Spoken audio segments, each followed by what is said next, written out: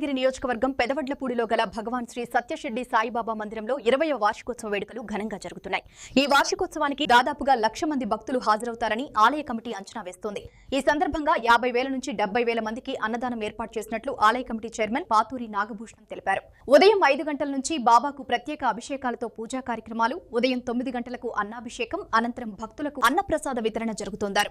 ఈ కార్యక్రమానికి మంత్రులు, ఎమ్మెల్యేలు, ఐఏఎస్ అధికారులు హాజరు కావడంతో పాటు విదేశాల నుంచి కూడా భక్తులు వస్తున్నట్లు తెలిపారు. సాయిబాబా మంత్రానికి అనుబంధంగా 200 గోవులతో గోశాల ఏర్పాటు చేసినట్లు, గోశాల వల్ల దోష నివారణ జరుగుతుందని పేర్కొన్నారు. భక్తులు పెద్ద సంఖ్యలో పాల్గొని సాయిబాబాను దర్శించుకుని గోశాల వల్ల దోష నివారణ జరుగుతుందని పేర్కొన్నారు.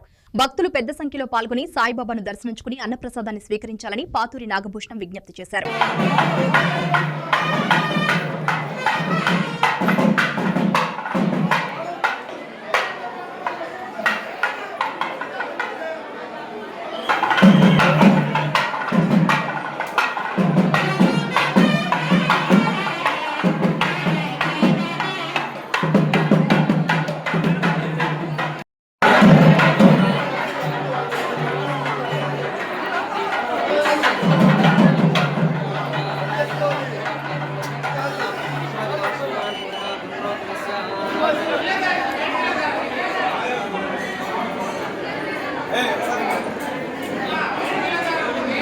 సార్